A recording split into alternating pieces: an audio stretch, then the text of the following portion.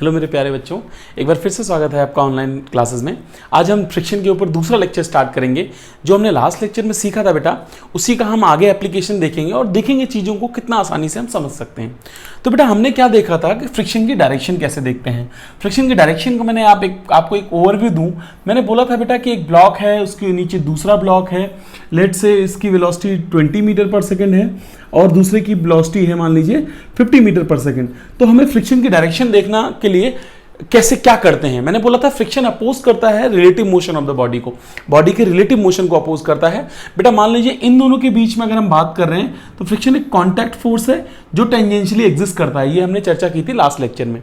तो बेटा मैंने कहा था अगर इसके ऊपर फ्रिक्शन निकालना है, इसके इन दोनों के बीच में निकालना है, इसके ऊपर निकालना है, तो आप इस पे बैठ जाएंगे, इस पे बैठेंगे, इसको रेस्ट पे मानेंगे।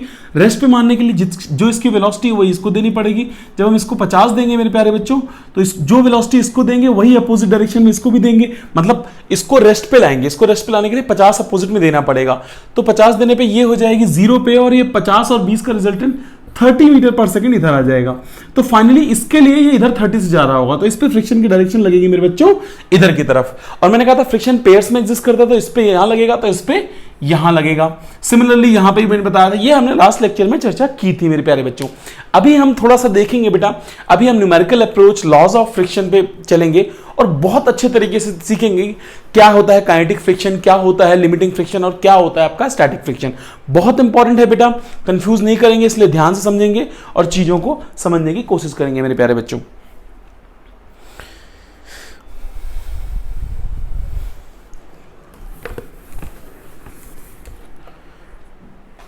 तो बच्चों अभी हम पढ़ रहे हैं स्लाइडिंग फ्रिक्शन।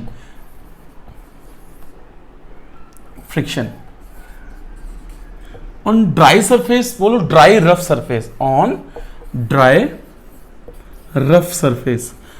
यहां पे बेटा इन सभी पॉइंट, सभी चीजों का मतलब है। यहां पे देखिए स्लाइडिंग फ्रिक्शन मतलब बॉडी स्लाइड कर रही है। पहली बात मैंने एक ही स्टेटमेंट में सब कुछ कंप्लीट कर दिया है। ड्राई का मतलब हो गया बेटा कोई लुब्रिकेशन नहीं यूज कर रहे हैं हम लोग, बिना लुब्रिकेशन के एक सरफेस है जिसपे हम लुब्रिकेशन नहीं यूज कर रहे हैं, जिससे इसका म्यू जो था वो कांस्टेंट है। ड्राई का चलो खास मीनिंग नहीं है यहाँ पे, लेकिन रफ सरफेस का मतलब फ्रिक्शन जीरो नहीं है। रफ सरफेस का मतलब फ्रिक्शन जीरो नहीं है, क्योंकि जनरली हम लोग स्मूथ सरफेस बोलते हैं। जब भी स्मूथ सरफेस क्वेश्चन बोलता है इसका मतलब म्यू की वैल्यू, फ्रिक्शन की वैल्यू वहां पे जीरो है मेरे प्यारे बच्चों। तो सबसे पहले टॉपिक हमारा जो है स्लाइडिंग फ्रिक्शन है। इसमें हम एक रफ सरफेस पे स्लाइडिंग फ्रिक्शन पढ़ रहे हैं। अब मेरे बच्चों देखिए, अगर आप इन जनरल बात करें तो फ्रिक्शन दो टाइप्स के होते हैं। फ्रिक्शन आपका होता है, एक होता है स्टैटिक, जब बॉडी रुकी होती है, और दूसरा होता है डायनेमिक, काइनेटिक फ्रिक्शन भी बोलते हैं उसको। लेकिन फ्रिक्शन का जो बेसिक कंसेप्ट है मेरे बच्चों, कहां से आया है आप ध्यान समझिए। मैं एग्जांपल से आपको समझाऊंगा। मान लीजिए एक ब्लॉक है और एक दूसरा ब्लॉक है। We have taken two blocks। देखिए दोनों अर्थ पे रखे, मैं फील करने के लिए सिर्फ आपको समझाने के मकसद से बता रहा हूं। बेटा ये ब्लॉक जो है वो वुड का, लकड़ी का बना हुआ है, और ये वाला ब्लॉक जो है वो आयरन का बना हुआ है। ध्यान से समझिएगा बेटा, मैंने बोला बच्चे कि ये वुडन का है और ये आयरन का है, और वुड वाले ब्लॉक की डेंसिटी कम होगी, मतलब उसका मास कम होगा। इसका मास है 10 kg का, और आयरन वाले का ब्लॉक का मास ज्यादा होगा। मैं एज्यूम कर रहा हूं दिस इज ऑफ 50 kg मास। दोनों का डायमेंशन बिल्कुल सेम लिया है, मतलब मैंने जानबूझ के डायमेंशन सेम लिया आपको समझाने के मकसद से। ध्यान से समझिएगा मेरे प्यारे बच्चों, दोनों का सरफेस सेम है, दोनों का डायमेंशन सेम है, नीचे ठीक है जो भी है। अब एक बात बताइए आप बेटा, अगर मुझे इसमें फोर्स लगाना है, एक्सटर्नल फोर्स, मैं फ्रिक्शनल फोर्स की बात नहीं कर रहा हूं, इस पे भी एक्सटर्नल फोर्स लगाना है, चलाना है, मतलब इसको हमें फोर्स लगा के मूव कराना है, इस ब्लॉक को भी और इस ब्लॉक को भी। आप एज्यूम कीजिए, बताइए मुझे कि 1 नंबर और 2 नंबर में ज्यादा फोर्स किसको मूव कराने में लगेगी, 10 kg के ब्लॉक को या 50 kg के ब्लॉक को।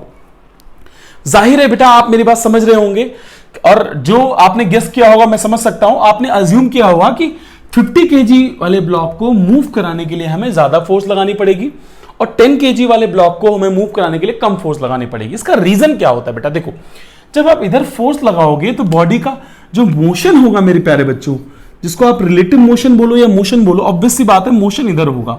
और फ्रिक्शन किसको अपोज करता है, फ्रिक्शन बॉडी के रिलेटिव मोशन को अपोज करता है मेरे बच्चों। तो जो मोशन होगा मेरे प्यारे बच्चों, मोशन इसका इधर होगा, तो इस पे इधर की तरफ टेंजेंशियली देखिए अर्थ और इस ब्लॉक के बीच में इधर फ्रिक्शन लगेगा इसमें, और यहां पे भी अर्थ और इस ब्लॉक के बीच में फ्रिक्शन इधर की तरफ लगेगा। ध्यान समझिए मेरे बच्चों, तो यहां से एक बात समझ में आई कि इस ब्लॉक को रोकने के लिए जो फोर्स रिस्पॉन्सिबल है वो हमारी अपनी फ्रिक्शनल फोर्स है, हमारी अपनी फ्रिक्शनल फोर्स है। और जब 10 केजी का ब्लॉक था तो उसमें फ्रिक्शनल फोर्स कम लग रही थी, इसलिए इसको मूव करना आसान था।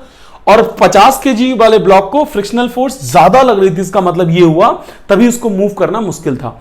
तो यहां से एक बात समझ में आई कि कहीं ना कहीं बॉडी का वेट जो है, जो बॉडी का मास बोलो आप, अभी फिलहाल 50 केजी वाले का मास ज्यादा था, इसलिए फ्रिक्शनल फोर्स। मैं सिर्फ बेटा इसमें कोई मैथमेटिकल कोई मुश्किल चीज नहीं बता रहा हूं आपको, सिर्फ समझाने के लिए एक एग्जांपल दिया है मैंने कि कहीं ना कहीं मेरे प्यारे बच्चों फ्रिक्शनल फोर्स के लिए रिस्पॉन्सिबल फैक्टर्स में जो चीजें हैं उसमें कहीं ना कहीं बॉडी का मास भी एग्जिस्ट करता है।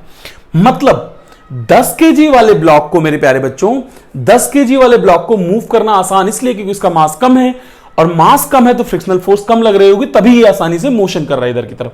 सिमिलरली 50 केजी वाले को मूव करना मुश्किल इसलिए है मेरे बच्चे क्योंकि इसका मास कहीं ना कहीं ज्यादा है, तो फ्रिक्शनल फोर्स ज्यादा लग रही होगी, इसलिए मोशन करने में हमें ज्यादा फोर्स लगानी पड़ रही है।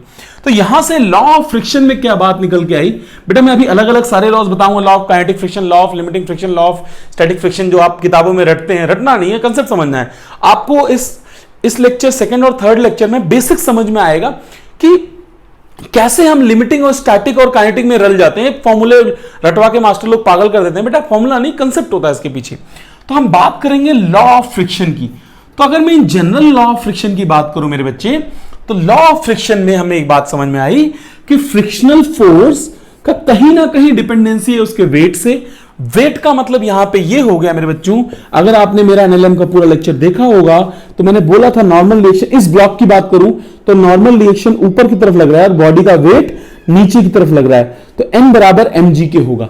अभी मैं सिर्फ समझाने के पर्पस से बताया बेटा, ये कोई एक्सपेरिमेंटल नहीं है, मैंने सिर्फ आपको फील कराना चाहा है। तो लॉजिकली जो ये बताया गया प्रैक्टिक मतलब जो एक्सपेरिमेंट के हिसाब से लॉ ऑफ फ्रिक्शन में ये बताया गया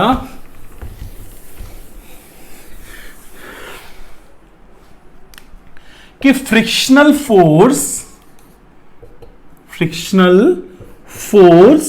is proportional to normal reaction. अभी मैं महसूस कराऊंगा आपको, ये चीज मैंने आपको बताई है, हैवी चीज का नॉर्मल रिएक्शन ज्यादा होगा, उसमें कोई जरूरी नहीं है बेटा। और कई स्पेशल मैं जो एग्जांपल बताया है बेटा, ये मतलब कई केसेस में होता है, कई केसेस में नहीं होता है, वेट कोई कंपलसरी नहीं है, लेकिन ये बात हमें समझनी पड़ेगी कि frictional force is proportional to normal reaction. ये एक्सपेरिमेंटल बताया गया, तो यहां से लिखा गया F is proportional to N, where N is the normal reaction. और इन जनरल अगर आप एक स्मूथ प्लेन सरफेस की बात कर रहे हैं तो नॉर्मल, अभी मैं प्लेन सरफेस की बात कर रहा हूं बेटा, इसमें कई तरह के क्वेश्चन बनते हैं, तो नॉर्मल रिएक्शन बॉडी के वेट के बराबर होता है। तो N बराबर किसके होता है मेरे बच्चों, mg के बराबर होता है। अगर स्मूथ मतलब सॉरी रफ सरफेस पे एक इंक्लाइन नहीं है, एक नॉर्मल सरफेस पे बॉडी का वेट रखा है, तो n is equal to mg होता है। तो यहां से n की वैल्यू mg रखते हैं तो मास ज्यादा था इसलिए नॉर्मल रिएक्शन ज्यादा था, नॉर्मल रिएक्शन ज्यादा था इसलिए फ्रिक्शनल फोर्स ज्यादा थी। जो हमने भी एग्जांपल लिया था, हमेशा ऐसा होगा कोई जरूरी नहीं है, वही हमारा फ्रिक्शन चैप्टर में हमें पढ़ना है। तो यहां से एक मोटे तौर पे बात बोली गई कि frictional force is proportional to normal reaction of the body. हाँ जी सर, चलिए मेरे बच्चों, तो यहां से क्या सीखने को मिला कि उसके बाद फिजिक्स का एक रूल है, आप सभी जानते हैं कि प्रोपोर्शनलिटी का साइन हटा के इज इक्वल टू लगाते हैं तो एक कांस्टेंट लगाते हैं, और उस कांस्टेंट को बोलते हैं mu. Mu is called as coefficient of friction. क्या बोलते हैं इसको, coefficient of friction, that is mu. अब ये म्यू के हिसाब से चीजें डिसाइड होती हैं कि ये स्टैटिक, काइनेटिक, लिमिटिंग होगी, तो वहीं से हमारी बातें समझ में आएंगी। अभी हम 2-3 तरह के फ्रिक्शनल फोर्स पढ़ेंगे, फिलहाल आपको समझना है F is equal to mu N, not mu mg। n की वैल्यू mg हो भी सकती है, हो सकता है बॉडी के मास से नॉर्मल रिएक्शन का कोई लेना देना ना हो, वो सारी चीजें हम आगे की तरफ सीखेंगे। फिलहाल आपको समझनी है बेटा, frictional force is proportional to normal reaction, पहली बात, frictional force is proportional to n, और यहां पे कांस्टेंट लगा mu, mu is called as coefficient of friction. अब हम बात करेंगे फ्रिक्शन के टाइप्स की, और उसमें बहुत सारी चीजें हम सीखेंगे मेरे बच्चों, समझिए आप मेरी बात को।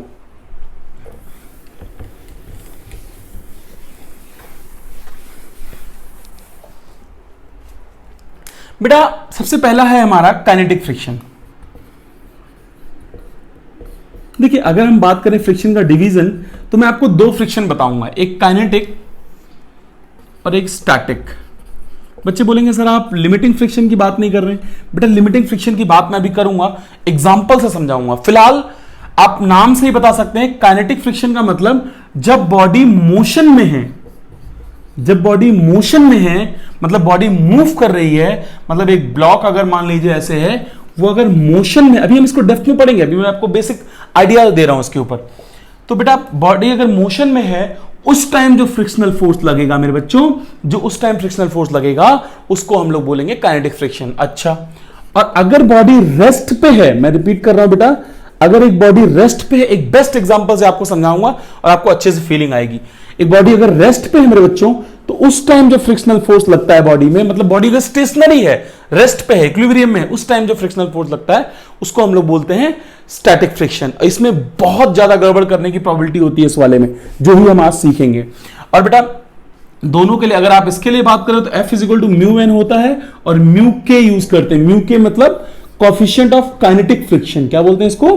Coefficient of kinetic friction. तो बेटा अगर डेफिनेशन की बात करें, अभी मैं डेफिनेशन में लिख दूंगा आपके लिए, अभी मैं पहले कंसेप्ट बता दूं। और अगर आप इसके लिए बात करें F इज इक्वल टू, तो होता है म्यू एस एन। बेटा इसमें एक कंसेप्ट है, इसको ऐसे लिखते हैं, अभी फिलहाल के लिए लिख दो F should be less than equal to mu S N.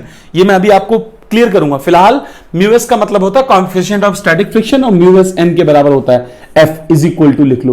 वो ग्रेटर देन इक्वल टू बोलते हैं, लेस देन इक्वल टू बोलते हैं। उसका रीजन मैं अभी थोड़ी देर में एक एग्जांपल से आपको दूंगा तो अच्छे से क्लियर होगी चीजें।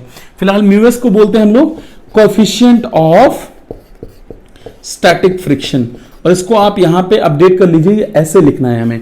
एक ऐसा क्यों लिखना है, वही पूरा फ्रिक्शन चैप्टर में, अगर यहां समझ में आ गई आगे चीजें एकदम मक्खन हो जाएंगी। खैर बेटा, तो यहां पे हमने दो तरह की फ्रिक्शन पढ़ने हैं, एक काइनेटिक फ्रिक्शन, एक होता है स्टैटिक फ्रिक्शन। काइनेटिक फ्रिक्शन का मतलब होता है the friction between the two pairs, between the two bodies और in the pair of bodies when body is in motion. जब बॉडी मूव कर रहे होगी मेरे बच्चों, तो उस टाइम जो फ्रिक्शनल फोर्स लगेगा दो बॉडीज के बीच में, उसको हम लोग नाम देंगे कौन सा frictional force? Kinetic frictional force. अच्छा, जब बॉडी रेस्ट पे होगी उस टाइम जो फ्रिक्शनल फोर्स लगेगा मेरे बच्चों, उसको हम लोग बोलेंगे स्टैटिक फ्रिक्शन फोर्स। अगर आप फॉर्मूला वाइज लिखें तो एफ के जो होता है काइनेटिक फ्रिक्शन होता है म्यू के एन, और एफ एस जो होता है स्टैटिक फ्रिक्शन जो होता है म्यू एस एन होता है, लेकिन less than equal to mu S N होता है। ये लेस देन आप कंफ्यूज अभी मत होइएगा, लेस देन क्यों लगाया, अभी आगे एग्जांपल से करेंगे तो अच्छे समझ में आएगा। फिलहाल मैं बेसिक बता रहा हूं, इसलिए मेरे को बताना ये जरूरी है मेरे बच्चों। अच्छा, तो अगर आप डेफिनेशन नोट करना चाहें तो नोट कर सकते हैं, मैंने स्टेटमेंट में बोल दिया है। काइनेटिक फ्रिक्शन का मतलब होता है when body is in motion, the frictional force between the two bodies when body is in motion, and formula वगैरह जो था मैंने लिख दिया है। और स्टैटिक का मतलब होता है when body is at rest. अब हम एक चीज को बहुत अच्छे तरीके से सीखेंगे। मैं बेटा एक क्वेश्चन से आपको चीजें हमेशा अपनी क्लासेस में और हर जगह में क्वेश्चन से इस चीज को क्लियर करता हूं सभी बच्चों को। आइए मेरे बच्चों, मैंने बोला बेटा एक क्वेश्चन है, बहुत सिंपल सा क्वेश्चन, बेसिक सा क्वेश्चन, कुछ नहीं है इसमें। मान लीजिए एक ब्लॉक है जिसका मास है मेरे बच्चों 10 kg, जिसका मास कितना है 10 kg है, और म्यू है इसका 0.4, ध्यान से समझिएगा, म्यू है इसका 0.4। अच्छा, म्यू एस और म्यू के सेम है, फिलहाल म्यू मान लीजिए, कोएफिशिएंट ऑफ फ्रिक्शन बोलते हैं। ये पेयर ऑफ बॉडीज के ऊपर डिपेंड करता है, इसके ऊपर ज्यादा चर्चा नहीं, लेकिन क्वेश्चन पे समझते हैं। देखो बेटा, मैंने बोला कि find the frictional force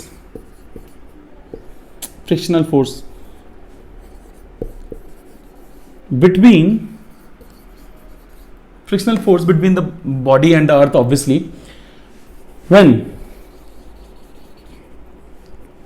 force F is equal to let say 10 Newton. ये क्वेश्चन है आपके लिए।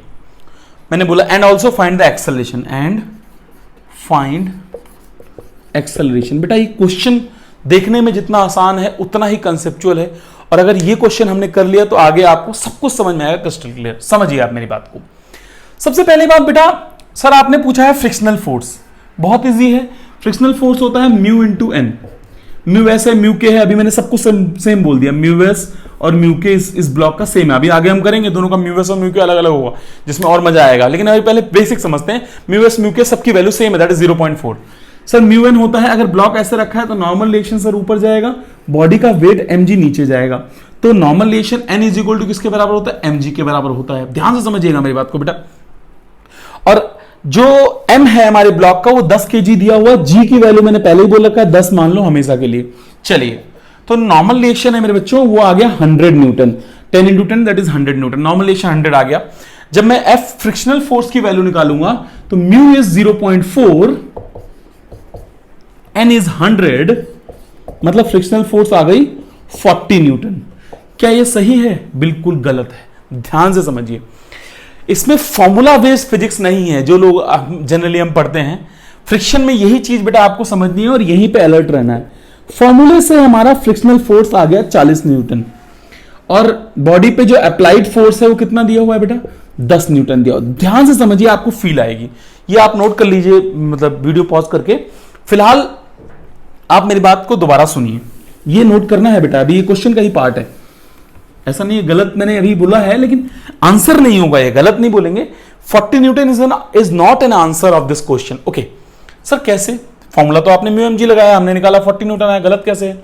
मतलब आंसर ये क्यों नहीं है? सुनो बेटा, आप एक कंसेप्चुअली सोचो, एक ब्लॉक जिस पे मैं लगा रहा हूं 10 न्यूटन का फोर्स और फ्रिक्शनल फोर्स की वैल्यू कितनी आ गई, 40 न्यूटन की। क्या ऐसा होता है, एक बहुत हैवी ब्लॉक है जिसपे आप बहुत हल्का सा फोर्स लगाएं, मैंने फोर्स इधर लगाया और ब्लॉक पे 40 न्यूटन फ्रिक्शन लग गया, मतलब ब्लॉक उधर चला गया। बेटा इसका मतलब 40 न्यूटन फ्रिक्शनल फोर्स इस पे लग रही है। अगर ऐसा होगा तो बेटा 10 इधर लगाया, 40 इधर लगाया, जिधर मैंने खींचा ब्लॉक उल्टी साइड भाग जाएगा, मतलब इधर भाग जाना चाहिए, जो कि गलत है। एक्सेलरेशन निकालोगे तो गलत, मतलब कुछ और ही आ जाएगा, मतलब कुछ ना कुछ कहीं ना कहीं कुछ गड़बड़ है बेटा। जो हम लोग, अब इसमें गड़बड़ क्या है, इसका आंसर बेटा मैं बताता हूं। देखो, जब ये 40 न्यूटन आपने निकाला म्यू एम जी से, म्यू एम जी बोलो या म्यू एस एन से बोलो, अभी बॉडी रुकी हुई थी इसलिए म्यू एस में यूज करूंगा। पहली बात, जब बॉडी स्टेशनरी होगी, देखो ना पहले रुकी हुई थी, जब आप फोर्स लगाओगे तब चलेगी, चलेगी नहीं चलेगी, ये बहुत इंपॉर्टेंट बात है मेरे बच्चों। कैसे सर? आप म्यू एस मतलब बॉडी रेस्ट पे थी तो स्टैटिक फ्रिक्शन की वैल्यू पुट की, आपने निकाला 40 न्यूटन। सुनना ध्यान से, तो बेटा एफ की वैल्यू 40 न्यूटन आई, बेटा ये फ्रिक्शनल फोर्स की वैल्यू लगेगी नहीं। अब मैं थोड़ा लिख रहा हूं, लग सकती है, आई रिपीट, फ्रिक्शनल फोर्स की वैल्यू 40 न्यूटन लग सकती है। अब इस बात को बहुत ध्यान से सुनिएगा, 2-4 एग्जांपल हम करेंगे और अच्छे से सीखेंगे चीजों को कि फ्रिक्शनल फोर्स 40 न्यूटन लगेगी नहीं। फ्रिक्शनल फोर्स जो 40 न्यूटन जो आया है मेरे प्यारे बच्चों, वो ऐसा फोर्स है जो लग सकता है। क्या ये लगेगा? नहीं लगेगा। सुनो मेरी बात, ये आप पहले भी कर चुके, मैंने दोबारा लिखा है इसलिए मैं मिटा रहा हूं उसको। क्वेश्चन आप नोट कर लीजिएगा, मैं रब कर रहा हूं, मुझे स्पेस चाहिए इसलिए मैं सबको रब कर रहा हूं बेटा। वीडियो पॉज करके आप नोट करेंगे। सुनो मेरी बात बेटा, मैंने बोला कि मैं लगा रहा हूं इस पे 10 न्यूटन का फोर्स और फ्रिक्शनल फोर्स का वैल्यू लगेगी नहीं, लग सकती है। मैं फिर से बोल दे रहा हूं, लग सकती है, मतलब it can be the, I mean the maximum value possible for the given friction is maximum value of the given friction is 40 newton only. It is the maximum value. ऐसे एग्जांपल पे समझो, मेरे जेब में है 1000 रुपए, है ना, 1000 का नोट नहीं है, खुले करके है ना, 10-10 के नोट, 10-10 की गड्डी है मेरे पास, समझिए मेरी बात। और मैं एक दुकान पे गया, ध्यान समझना, मेरे पास 1000 रुपए हैं मेरे बच्चों, और मैं एक दुकान पे गया, दुकान पे मैंने चाय पी, टेक एन एग्जांपल, कोरोना से पहले, है ना। फिलहाल मैं बात करता हूं 10 रुपए की नोट है मेरे पास और 1000 रुपए की गड्डी, मतलब 1000 रुपए के करेंसी में हमारे पास 10-10 का नोट है। अब मैं दुकान पे गया, मैंने चाय पी, चाय की कॉस्ट है 10 रुपए। मेरी बात समझो, मेरी उस टाइम हैसियत, I mean how much capability is like how much I can pay at that instant of time. मैं उस टाइम पे कर सकता हूं 1000 रुपए। चाय कितने की पी दोस्त? 10 रुपए की। तो पे कितना करूंगा? 1000 की 100 नोट में से एक नोट में 100 का दूंगा वहां पे, क्योंकि मैं पे कर सकता हूं 1000 रुपए और पे कितना करूंगा? सिर्फ 10 रुपए। यही यहां पे है, समझिए। फ्रिक्शनल फोर्स लग सकता है 40 न्यूटन का, लेकिन मैंने क्या लगाया? 10 न्यूटन का फोर्स लगाया। कितना फोर्स लगाया? 10 न्यूटन का। तो फ्रिक्शनल फोर्स कहेगा तुम 10 न्यूटन लगाओगे, मेरे पास कैपेबिलिटी है 40 की, मैं चलने नहीं दूंगा ब्लॉक को, मैं भी 10 न्यूटन का फोर्स ही लगाऊंगा। इसके पास कैपेबिलिटी है 40 न्यूटन की, लेकिन लगाएगा कितना? 10 न्यूटन ही लगाएगा, इससे ज्यादा वो लगाएगा नहीं। इससे ज्यादा लगाएगा तो ब्लॉक अपोजिट डायरेक्शन में चल जाएगा, जो कि गलत है। सर ऐसा क्यों होगा?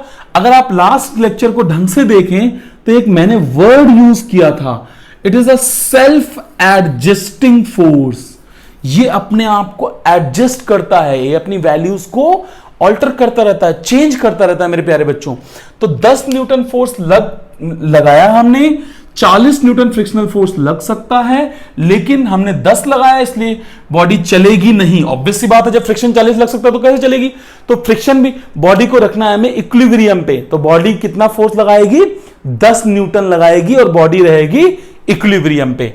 तो बॉडी सेल्फ एडजस्टिंग फोर्स होती है, इसलिए मैंने लिखा था frictional force, static friction is less than equal to mu s N. मतलब बेटा 40 की वैल्यू, और ये देखो मेरे बात ध्यान समझो, ये वैल्यू आ गई थी हमारी 40, लेकिन फ्रिक्शनल फोर्स इससे कम होगी या इसके इक्वल होगी, इससे ज्यादा नहीं हो सकती। खैर ये बात की बात है, फिलहाल इससे कंफ्यूज हो जाएंगे आप इनइक्वालिटी से। फिलहाल मेरी बात समझिए, जब मैंने 10 न्यूटन का फोर्स लगाया तो स्टैटिक फ्रिक्शन उस टाइम पे, आप ऐसे सोचो 10 न्यूटन लगाने से क्या ब्लॉक चलेगा? मैं इस टॉपिक को बेटा थोड़ा ज्यादा लंबा खींच रहा हूं जानबूझ के आपको फील कराने के लिए। 10 न्यूटन और फ्रिक्शनल फोर्स लग सकता है 40 न्यूटन का, तो नहीं चलेगा। जब नहीं चलता है, बॉडी स्टेशनरी रहेगी, या आप स्टेशनरी वर्ड नहीं तो रेस्ट पे रहेगी। जब भी बॉडी पे रेस्ट पे रहती है तो F is equal to small f is equal to capital F लिखो। मतलब जितना फोर्स आप लगाओगे उतना ही फ्रिक्शन अपने आप को एडजस्ट करके वहां पे ले आएगा और बॉडी को रखेगा रेस्ट पे। मुझे उम्मीद है आपको ये बात समझ में आई होगी। अभी और फील करते हैं इस चीज को, फील करते रहिए आप, ध्यान से देखिए बेटा। जब मैंने म्यूएस एमजी की वैल्यू पुट की तो क्या होगा बेटा? 40 न्यूटन का फ्रिक्शनल फोर्स लग सकता है, लेकिन मैंने कितना लगाया? 10 न्यूटन का लगाया। तो फ्रिक्शनल फोर्स जब 10 न्यूटन का लगाया बेटा, सॉरी अप्लाइड फोर्स जब मैंने 10 न्यूटन का लगाया तो ब्लॉक नहीं चलेगा। जब मैं इस पे 15 न्यूटन का फोर्स लगाऊंगा तो क्या होगा? ध्यान से बोलो, जल्दी बोलो। ब्लॉक चलेगा? नहीं चलेगा ना। अच्छा, जब ब्लॉक नहीं चलेगा मेरे बच्चों तो भी फिर से क्या होगा? फ्रिक्शनल फोर्स फिर अपने आप को 15 न्यूटन पे ले जाएगा। ये अब 40 तक लग सकता तो 15 तो लगा ही देगा। फिर जैसे ही मैंने फोर्स की वैल्यू अप्लाइड फोर्स, मतलब मैं कैपिटल एफ से बेटा मैं जो खुद अप्लाई कर रहा हूं अप्लाइड फोर्स लिख रहा हूं, और स्मॉल एफ से मैं लिख रहा हूं फ्रिक्शनल फोर्स को। तो ध्यान समझिएगा, जब मैंने 15 न्यूटन लगाया तो ब्लॉक नहीं चलेगा तो फ्रिक्शनल फोर्स और अप्लाइड फोर्स क्या हो जाएगी? बराबर हो जाएगी। सिमिलरली जब मैं 20 न्यूटन का लगाऊंगा फोर्स बेटा, तो ब्लॉक चलेगा? नहीं चलेगा। जब नहीं चलेगा बेटा तो उस टाइम फ्रिक्शनल फोर्स कितनी लगेगी? 20 ही लगेगी। जब मैं लगाऊंगा 35 न्यूटन का अप्लाइड फोर्स, जब मैं 35 न्यूटन का अप्लाइड फोर्स लगाऊंगा तो ब्लॉक चलेगा? नहीं चलेगा। मतलब फिर से 35 न्यूटन लगाऊंगा। जब मैं अप्लाइड फोर्स लगाऊंगा 39.999999, ब्लॉक चलेगा? नहीं चलेगा, क्योंकि बेटा ये 40 से कम है, तो फ्रिक्शनल फोर्स भी यही लगेगा 39.99999। और जैसे ही मैं फोर्स की वैल्यू 40.00000001 करूंगा, देखो मेरा अप्लाइड फोर्स फ्रिक्शनल फोर्स से क्या हो गया बेटा? ज्यादा हो गया। अप्लाइड फोर्स फ्रिक्शनल फोर्स से क्या हो गया? ज्यादा हो गया। और इसी पॉइंट पे फ्रिक्शन चल जाएगा, और चलते ही फ्रिक्शनल फोर्स की वैल्यू हो जाएगी 40 न्यूटन। मुझे उम्मीद है आपको ये बात समझ में आई होगी बेटा। एक दो क्वेश्चन करेंगे अच्छे, अभी आपको बहुत अच्छे से चीजें क्लियर होंगी। तो मेरा क्वेश्चन जो था उसका आंसर क्या होगा? जो आपने क्वेश्चन नोट किया होगा मैं लिख देता हूं उसका आंसर। बेटा ये क्वेश्चन सब कुछ नहीं है, रटना कुछ नहीं है इसमें। रटोगे तो फ्रिक्शन कभी नहीं समझ में आएगा। इस वीडियो को आप 2-3 बार देखिए, आपको अच्छे से क्लियर हो जाएंगी चीजें, है ना। और चीजें अगर समझ में आ रही है बेटा तो वीडियो को लाइक भी कर दिया करो। हाँ जी, आइए पॉइंट पे स्टार्ट करते हैं अपने चीज को। बेटा मैंने बोला कि फोर्स की वैल्यू 10 न्यूटन और फ्रिक्शनल फोर्स लग सकती है 40 न्यूटन की। जब फ्रिक्शनल फोर्स 40 न्यूटन की लग सकती है बेटा, तो फ्रिक्शन लगेगा कितना? लेकिन लग सकती है, मैं बार बार बोल रहा हूं, लगेगा कितना? तो फ्रिक्शन, इसका पहला क्वेश्चन मैंने पूछा था फ्रिक्शन कितना होगा? फ्रिक्शन होगा यहां पे 10 न्यूटन। आपसे कोई पूछे कितना लग सकता है, तो 40 न्यूटन लग सकता है। अच्छा, और जब ब्लॉक चला नहीं तो सिस्टम का एक्सेलरेशन क्या होगा? 0। एक्सेलरेशन क्या होगा मेरे बच्चों? 0 होगा। तो ये क्वेश्चन को मैंने अच्छे से, एक क्वेश्चन से आपको चीजें क्लियर की हैं। आइए बेटा, तो बेटा ये था बेसिक मैंने बताया है। नेक्स्ट वीडियो में मैं आपको दो तीन चार एग्जाम्पल, ऐसे बड़े बड़े एग्जाम्पल्स नेक्स्ट लेक्चर में मैं आपको बताऊंगा कि अच्छे अच्छे क्वेश्चंस के ऊपर कैसे कर सकते हैं। मैंने एक ओवरव्यू दिया है इस लेक्चर में, इसको मैंने बताया जानबूझ के बेटा मैं ज्यादा वीडियोस नहीं बड़ी वीडियो नहीं करता हूं कि बेटा आप लोग बोर हो जाएंगे। इतनी बड़ी वीडियो 30 मिनट की वीडियो बहुत होती है अगर आप कंसेप्चुअली समझें, इसको फील करें, 2 बार देखें बेटा। अगर ये दो वीडियोस पहली और दूसरी फ्रिक्शन की समझ में आ गई, आपका फ्रिक्शन एकदम क्रिस्टल क्लियर हो जाएगा। और बेटा आपको पता है फ्रिक्शन के लिए आपको वर्क, फ्रिक्शन के ऊपर ही बेस्ड है अपना work energy and power, circular motion, आगे आपका एसएचएम, वेव, हर जगह फ्रिक्शन लगेगा। तो बेटा और बाकी P2 मतलब जो आपका 12th क्लास की फिजिक्स है वहां भी आपकी चीजें यूज होती हैं। तो बेटा मुझे उम्मीद है आपको ये बात समझ में आई होगी। एक एग्जांपल बताया लेकिन उसको मैंने बहुत डेप्थ में बताने की कोशिश की है। नेक्स्ट लेक्चर में हम लोग क्या करेंगे मैं आपको बता देता हूं। नेक्स्ट लेक्चर में हम लोग बेटा बेसिकली इसी के ऊपर दो तीन क्वेश्चन करेंगे, अच्छे अच्छे एग्जांपल करेंगे कि आपके दिमाग में स्टैटिक, काइनेटिक और लिमिटिंग का एकदम क्रिस्टल क्लियर इमेज बन जाए। और बेटा नेक्स्ट वीडियो नंबर 3 में आपको डिस्क्रिप्शन बॉक्स में आपको एक असाइनमेंट मिलेगा 10-20 क्वेश्चंस का, उसको आपको सॉल्व करना है और उसके नेक्स्ट वीडियो में आपको उसका सॉल्यूशन मिलेगा। तो बेटा thank you so much for watching this video. अगर आपको चीजें समझ में आई हैं तो लाइक कीजिए और अपने दोस्तों से शेयर कीजिए।